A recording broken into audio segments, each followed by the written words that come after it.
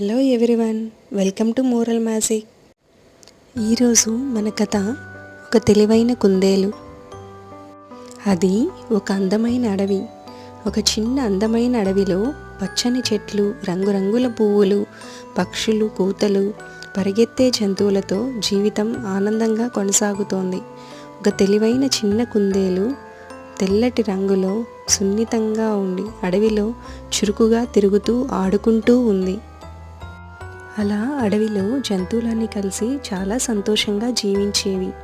కానీ ఒకరోజు ఒక పెద్ద సింహం ఆ అడవిలోకి వచ్చింది.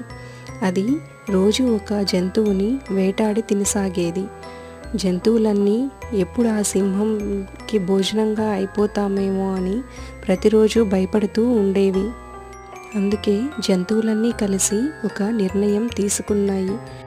ప్రతిరోజు ఏదొక జంతువు సింహంకి ఆహారంగా వెళ్ళాలని నిర్ణయించుకున్నాయి. అదే విషయాన్ని సింహంతో చెప్పాయి.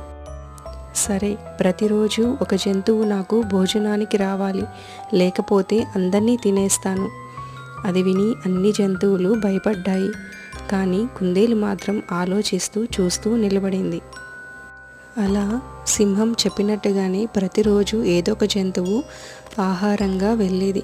అలా జరుగుతూ ఉండగా ఒకరోజు కుందేలు పిల్ల వంతు వచ్చింది.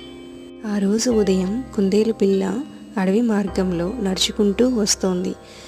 అలా నడుచుకుంటూ వస్తున్నప్పుడు తన ప్రతిబింబాన్ని చెరువులో చూసి అలా ఆలోచిస్తూ నడుస్తూ ఉన్నప్పుడు చెరువులో చూసి తనకి ఒక ఆలోచన వచ్చింది.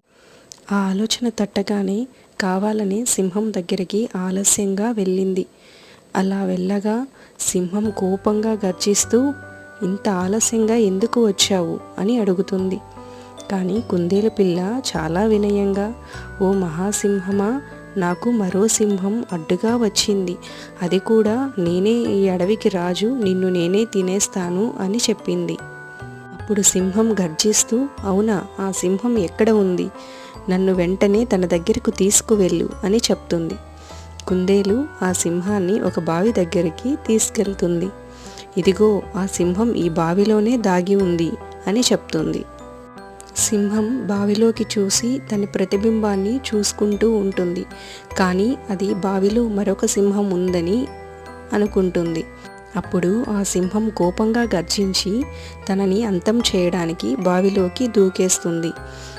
అప్పుడు ఆ సింహం నీళ్ళలో పడి మరణిస్తుంది.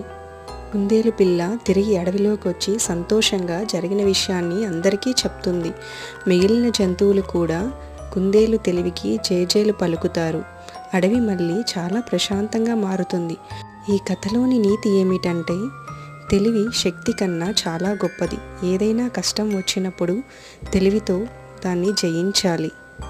మరిన్ని మంచి మంచి కథల కోసం మోరల్ మ్యాజిక్ ఛానల్ని సబ్స్క్రైబ్ చేసి మీ సపోర్ట్ని అందించండి. Thank you so much.